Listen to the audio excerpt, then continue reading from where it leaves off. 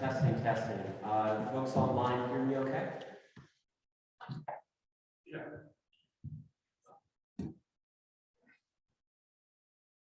Can I get a thumbs up or verbal confirmation if the folks online hear me okay?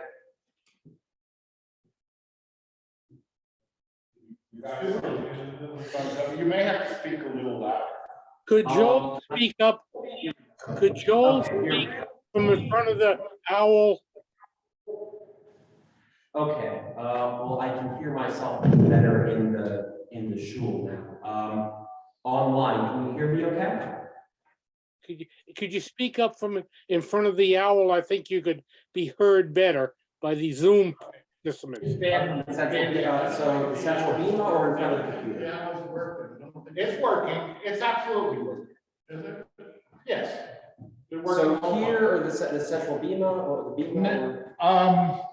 The problem is if you stand there, we're going to only see your back. But all right, go. Why don't you stand there? Okay.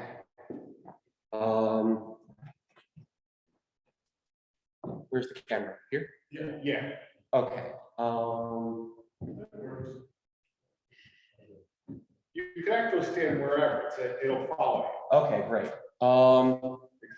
Except now that the people see, the problem is you want them to see your face and not your side. And just stand like I was standing. Stand like my. Okay.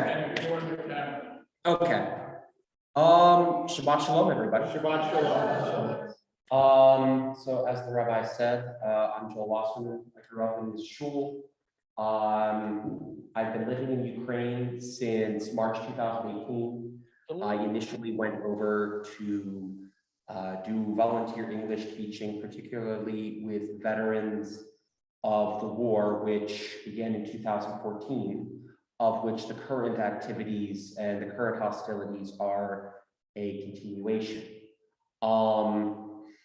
I've spoken before about some elements of Jewish life here, about some of the very fascinating memory politics in the place where I live, which is Lviv in the western part of the country.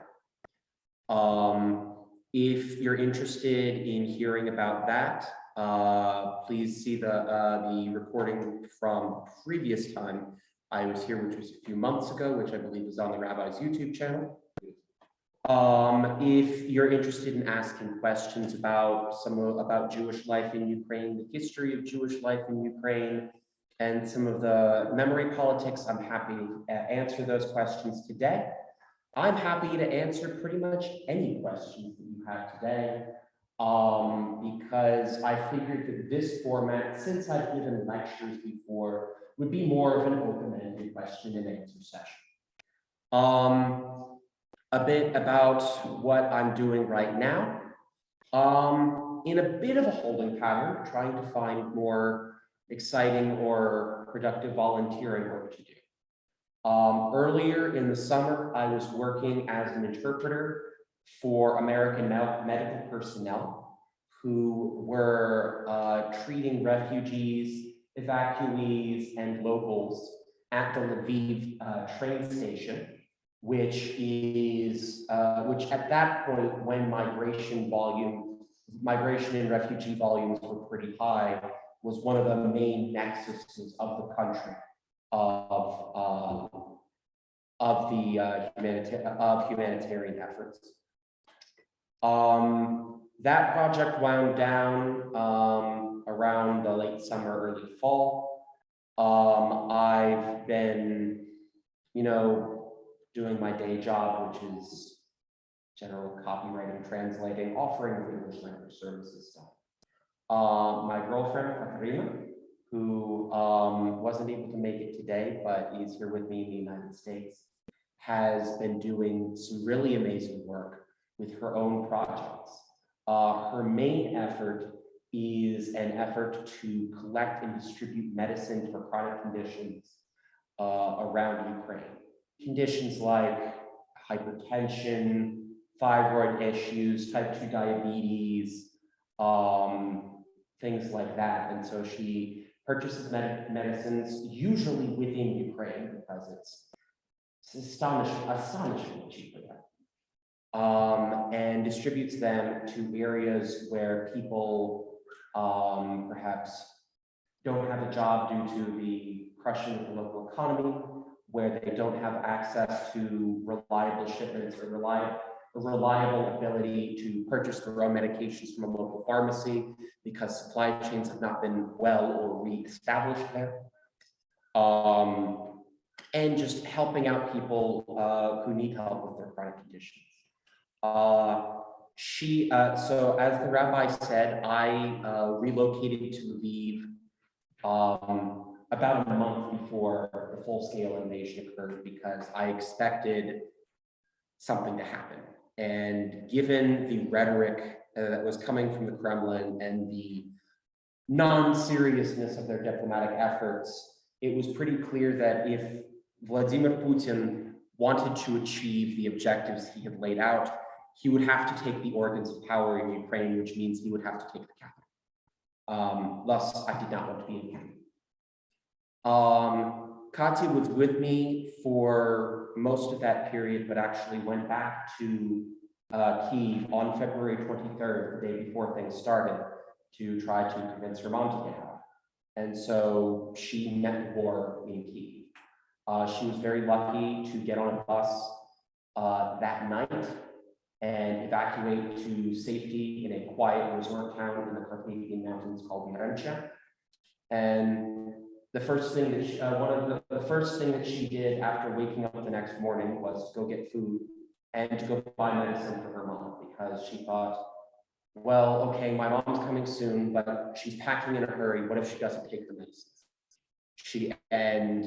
Because her mom has hypertension, and if she doesn't have medicine, if she doesn't have her hypertension medicine, it's going to be an even more miserable experience for her. She thought of all the other people who did not have the ability to, who did not have somebody looking out for their medication, who did not have somebody who can, be waiting for them once they get to safety with medication that they need. The people who can't even go get them at that moment. And so she began delivering medicines and medical supplies to hospitals in the Kyiv area, has since been sending medicine and medical supplies to areas in the east and south coast of the Equator.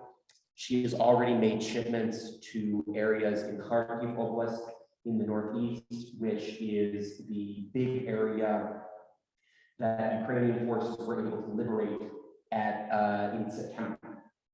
And I fully expect that as the Ukrainians achieve more success in the south, in the city of Kherson, which looks soon to fall to Ukrainian efforts to liberate the city, that she will be sending things there too. I'm sure, folks are wondering, what on earth you're doing going back to a war zone, because we do intend to go back. We leave on Tuesday. Both of us feel that we have work to do there. We have things that, we have important things that we're doing, and that it is the place to be for us.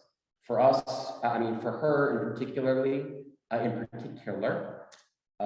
Ukraine is home. And well, it's been nice being here in America. There's no place like home. In terms of safety, well, there's a reason that we're remaining in Lviv.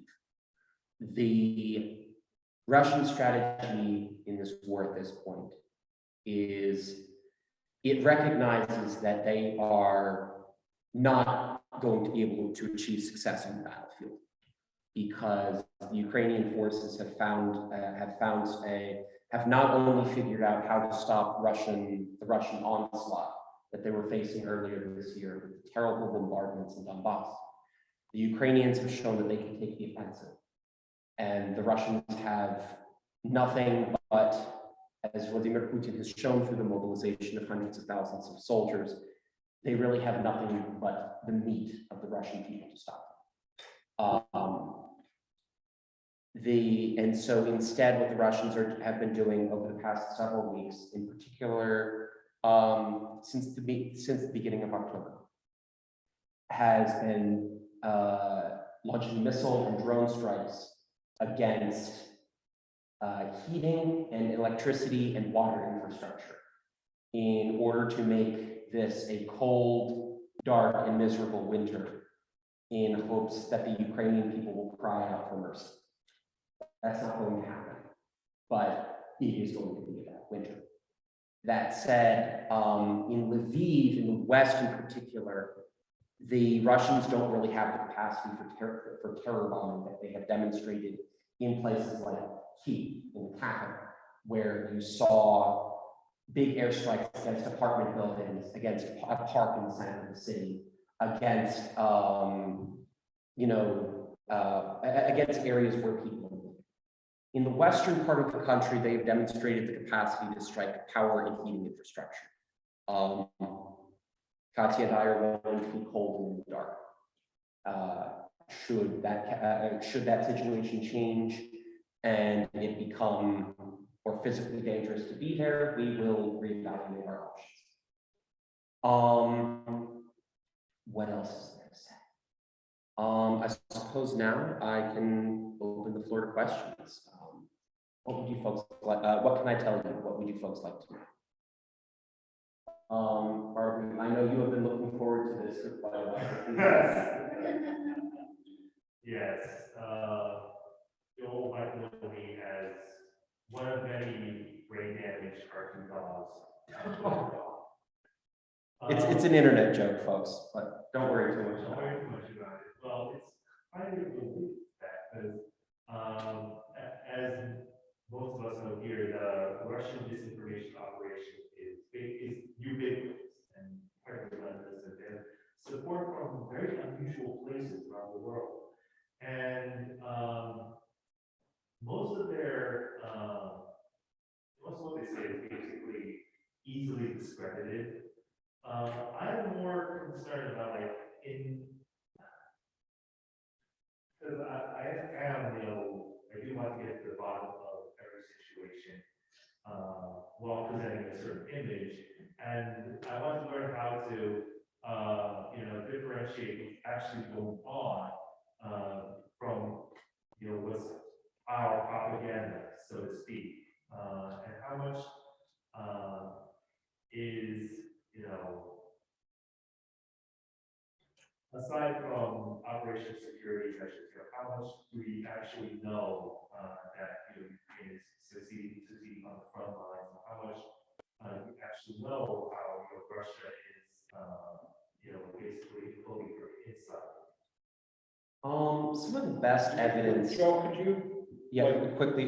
Okay, so he asked about how is it that we know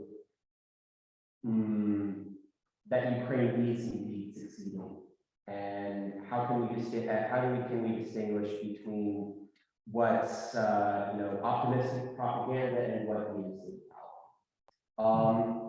Some of the best indications that most reliable indications I've seen of the success of Ukrainian efforts has come actually from Russian propaganda. There is a social media, I guess you'd call it a messenger/social media service called Telegram. It works in the same, much the same as WhatsApp, if you have that. And a lot of people have channels where they issue messages to subscribers to their channels.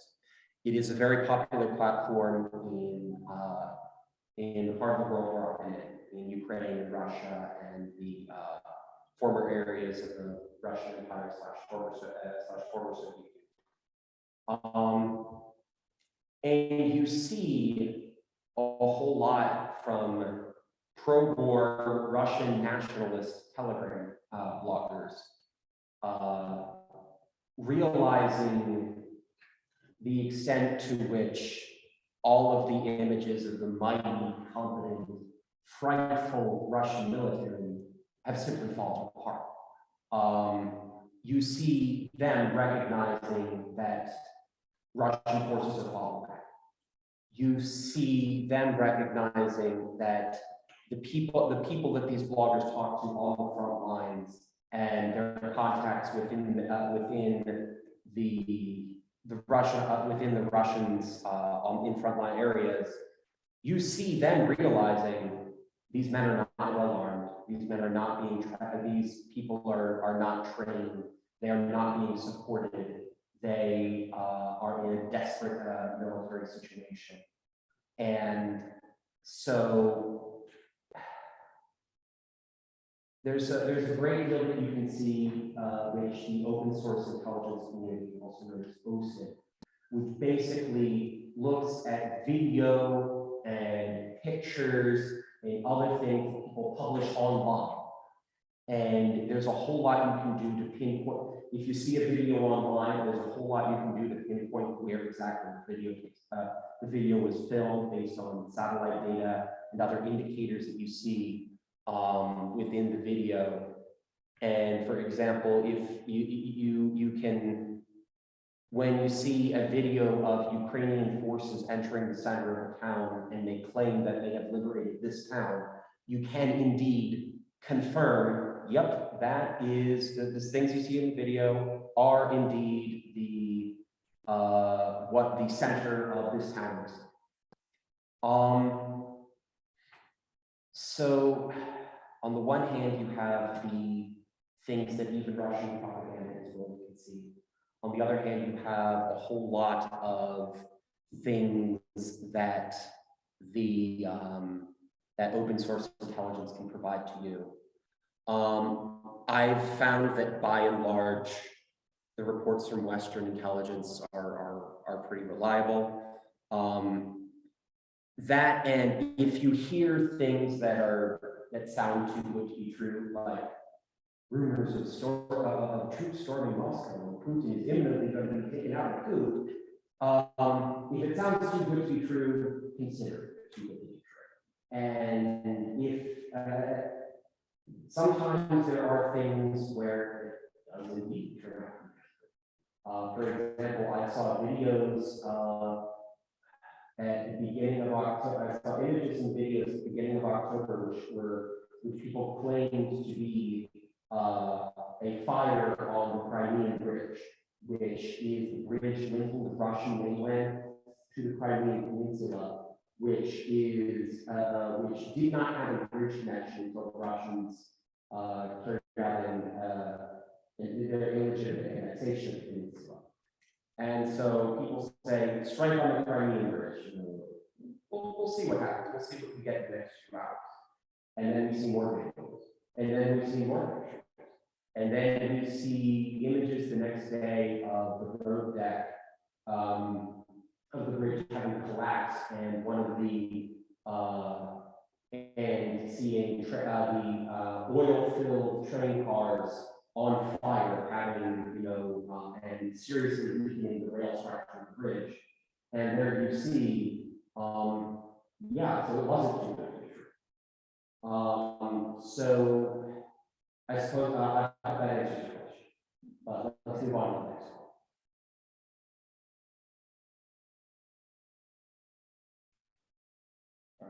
If nobody else has. In your work, the two of you, are you tapped into the non-government organizations there to get supplies and distribute? Are you tapped into the US government there to share or stuff like that? So that's a very, that opens a very good topic for discussion.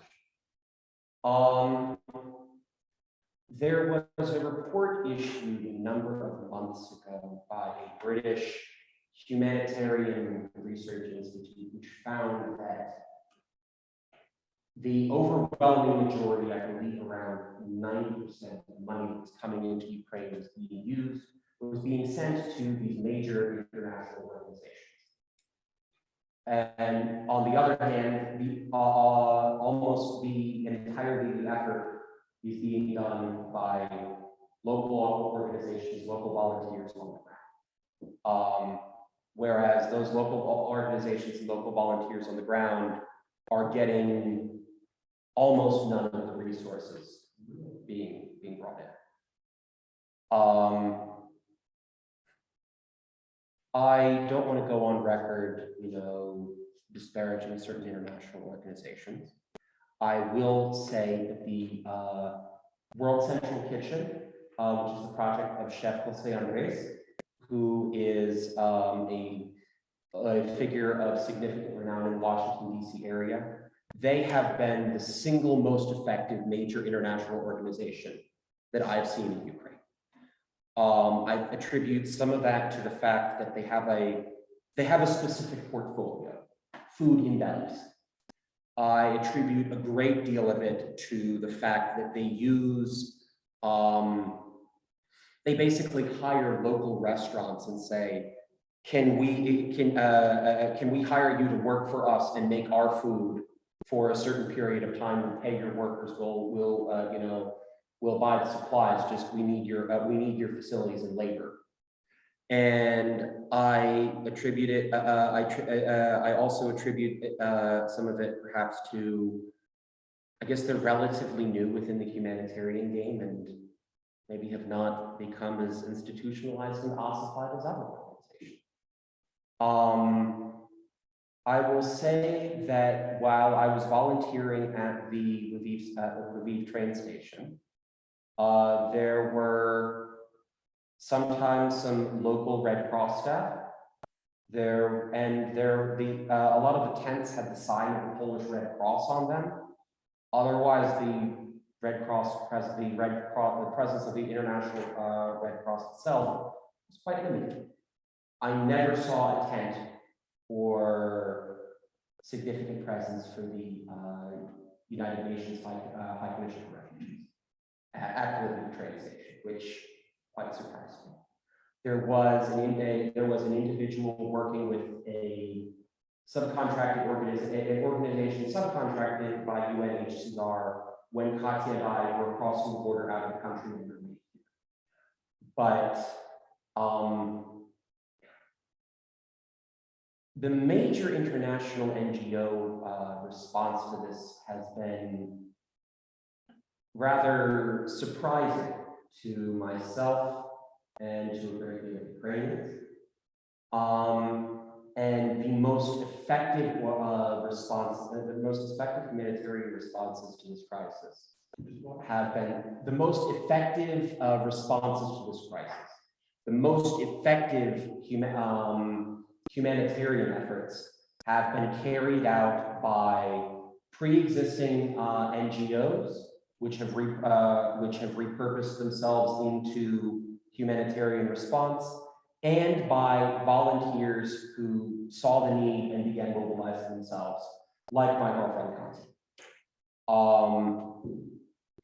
And so, if I am somewhat self-interested in this on her behalf, but if you are interested in contributing to efforts within Ukraine that you can be confident will be effective, I urge you to, and I got the rabbi's permission for this, I urge you to look up Katya's Medicine Fund on GoFundMe, which is our fundraising for her efforts. There are other organizations through particularly small NGOs, the Kharkiv and Shemishal project, that's abbreviated KHAARP.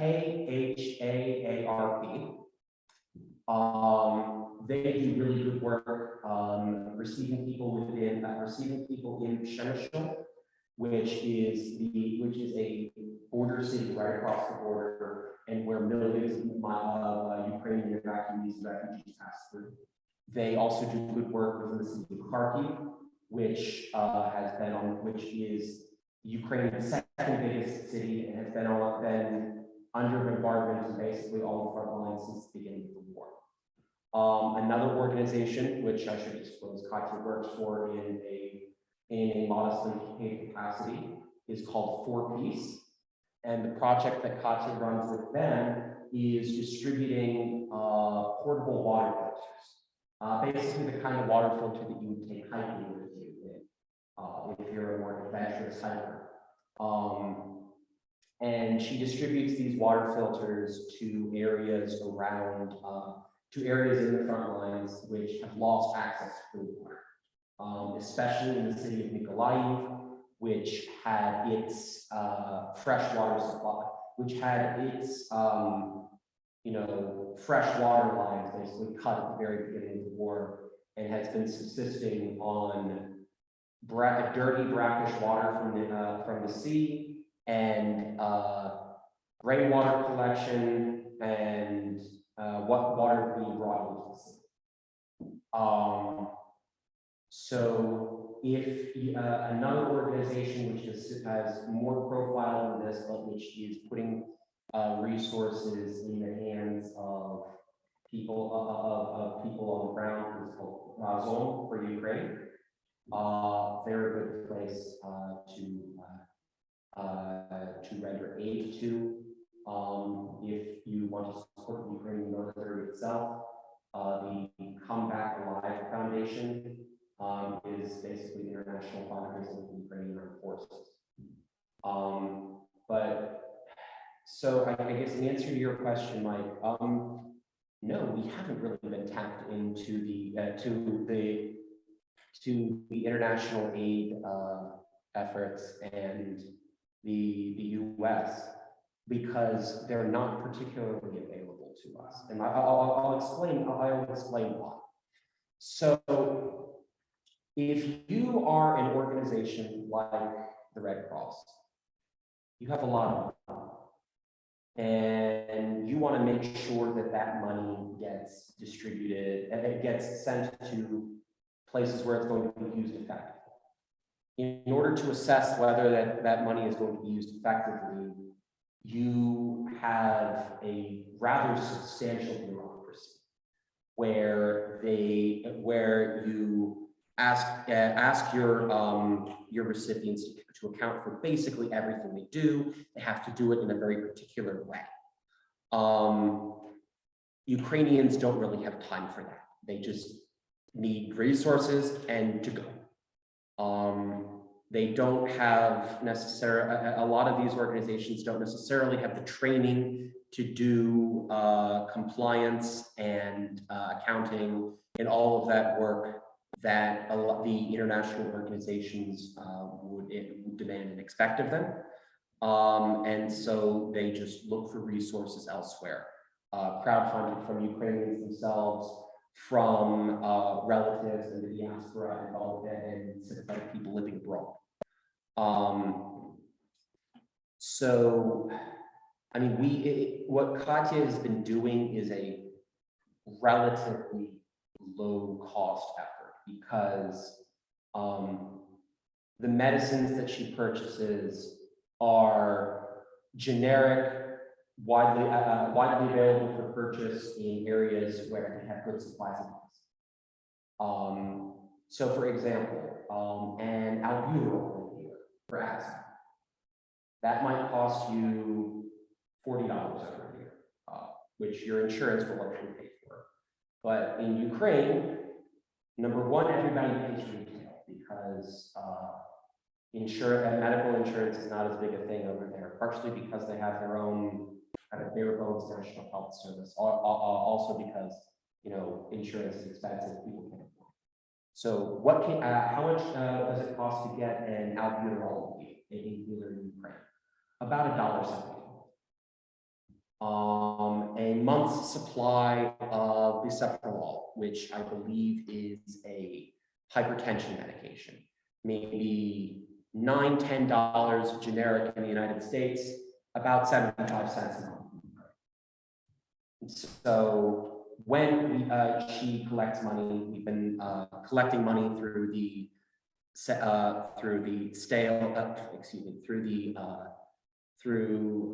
exchanging the famous Russian warship stamps. Stamp with the Ukrainian, commemorating the Ukrainian border guards who communicated a certain defiance to the Russian warship. Take them. Anyways, the stamps are very popular, and we've been sending some of them out in exchange for donations. Fundraised a good bit of money with that. through other donors and through GoFundMe. And her efforts have been, through her efforts, we have not really needed to turn to big donors for that. She is looking at formally setting up her efforts into an organization which would make it easier for her to apply for more significant resources and increase the scale of her work. But that's not something we've done yet. Can you put that, what you just said, into an email? I would be delighted to do so after show. Yeah. Thank you. Yeah, Joel, I have a less sort of current event-y type of question. It's about the politics of language. And the reason that I ask this question is because Kelly and I have watched like the first season of Zelensky's TV show, Servant of the People. And we listen to things in the original language. And I don't know Russian, but you know, any well-educated person knows a few words, right? And we're listening to this and I'm saying, a lot of these words that I recognize sound very similar to the identical word in Russian. And then I realized that the reason it sounds identical to the same word in Russian is because the TV series is in Russian, not in Ukrainian. And then later on, there's like running jokes about the efforts of his cabinet ministers to speak Ukrainian because that's what's like expected of them, but they don't speak Ukrainian very well. Right, so my question is like, A, how many people speak Ukrainian? How many people speak Russian? Can you conduct your, you know, are there Ukrainian citizens who speak only Russian? Is it like expected now to speak Ukrainian, even if Russian is your more, you know, that's a Sure. complex question. The very short answer is that it depends. I will say Volodymyr Zelensky's first language is Russian. He is a Russian-speaking Jew from a industrial southeastern city. And I have to say, if you are being invaded by a country claiming to be denazifying you, it's not a bad idea to have a Russian-speaking Jew as your president. So yes, Zelensky himself is, you know, his first language is Russian. During the presidential campaign, his detractors mocked him for his poor Ukrainian. He has obviously taken to speaking Ukrainian almost exclusively in addresses to the Ukrainian people because, yes, Russian has become significantly less popular. Briefly about the language politics. The stereotypical thing is that the further east you go, the more popular Russian is as a language. That is, in general, true.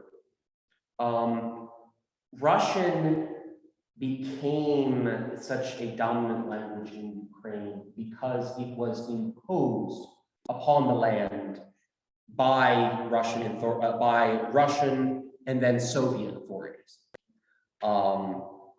There was a formal decree in, I believe, the 1870s in the Russian Empire to ban the publication and use of the Ukrainian language. The Soviet Union strongly prioritized the use of Russian over the use of Ukrainian, and if you wanted to get ahead in life at all, you needed to do so using the Russian language. The Russian language has very much been kind of the Russian Empire and Moscow authorities have used the Russian language very much as a cudgel of Russian chauvinism and imperialism. On the other hand, you know, people speak what they speak and people grow up speaking what they grow up speaking. There have been, so before the war, my dominant language living in Kyiv was Russian. Kyiv, in my assessment, was a slightly majority Russian-speaking city. I'd say 60%, 40%, in which basically everybody knew both languages, but people's first language tended to be Russian. The language of business and a lot of politics tended to be Russian. Ukrainian had long been treated by Russia and the Russian Empire and Russian chauvinists as basically a language of backward vocals. Now, obviously, that has changed significantly. You have a lot of people making the conscious decision to switch from Russian to Ukrainian. You also have people who came from the more Russian-speaking East, relocated to the West, and have switched to Ukrainian, which pretty much everybody speaks, at least at some level, as a matter of necessity. For example, in my city, Lviv, in the city I'm living in, Lviv, it is a strongly Ukrainophone city. It is the kind of the heartland of Ukrainian nationalism. And there are even places downtown where there are stores that say where they have a sign saying, "We don't speak the language of the occupied." There are advantages and disadvantages to that. There is, I think that as refugees and internally displaced people incorporate themselves into the local politics of the areas that they've relocated to, it's going to be interesting. Because a lot of these areas in the West were never particularly fond of being in the Soviet Union, being under Russian control. They were conquered, and they considered themselves occupied territories, and they were conquered by the Soviets as part of the Molotov-Ribbentrop Pact, by which the Nazis and the Soviets agreed to basically split Eastern and Eastern Europe between themselves. Lviv, for example, had never really been under Moscow's control until 1939, when Moscow invaded. It was then taken by the Nazis and then taken back by the Soviets and incorporated into the Ukrainian Soviet Socialist Republic. And so, yeah, a lot of these folks have never been too keen on Russians or, you know, the being part of the Russian world. There was one village, Katya and I visited, where outside one of the local, I guess, a kind of a public building, there was a sign saying, basically, "Attention refugees, you're welcome here, but we expect you to respect our customs and language. We don't owe you anything." And they said they had that part, you know, using a Russian word. And so I think there is going to be some sense of grievance with the language politics, because, and not entirely unjustified, because, you know, how to say this? I think that a lot of the reason why blatantly pro-Russian candidates have and blatantly pro-Russian political figures were able to have any purchase within Ukrainian politics even after the Russian invasions of 2014 was because people were not so much pro-Russia as people in the East were not so much pro-Russia as alienated by the aggressive nationalism and hate war, or as they would say, patriotism of folks in the West. And as folks in the East are, you know, have been forced to relocate to the West, you know, there could be some tensions. There could be some tensions. On the other hand, from what I've seen, at this point, it's not particularly worse. Or we had our own issues with this. If you'll recall from Hurricane Katrina, there was a good deal, there ended up being a good deal of friction between evacuees from New Orleans and people in the places that they evacuated to. So this is not, some uniquely, Ukraine is not some, uniquely hostile place to for Russian speakers. I can still freely speak Russian basically anywhere I want to. If people hear it in the streets of Lviv, they might look and say, roll their eyes a bit.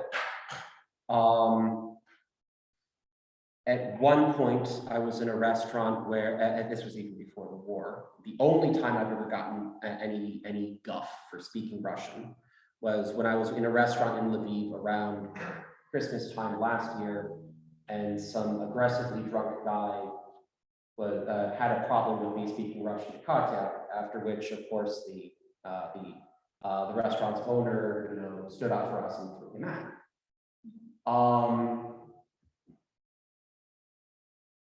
People in Kyiv, you can still hear people speaking Russian quite frequently. Some people have made the conscious decision, as I said, to switch to Ukrainian. And it's not that difficult to switch. The language logic is almost identical. A lot of the lexicon is identical, and people are still fairly forgiving if you use if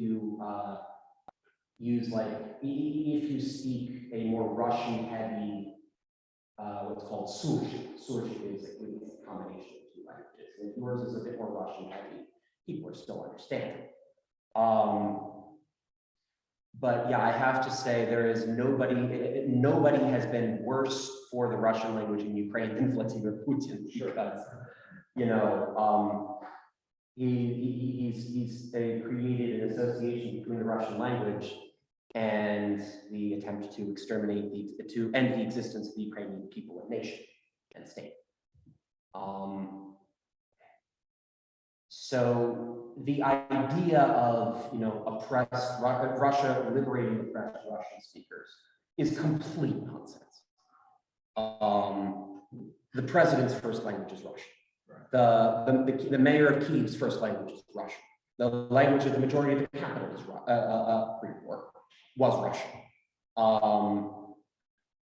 And the overwhelming majority, I think the majority of the people who have suffered the most from this war are primarily Russian speaking, because the majority of the people who suffered the most from this war are from the East.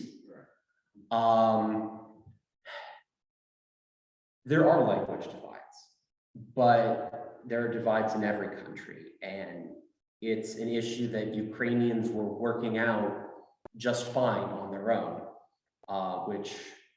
to which Russia has added a massive dose of genocidal violence.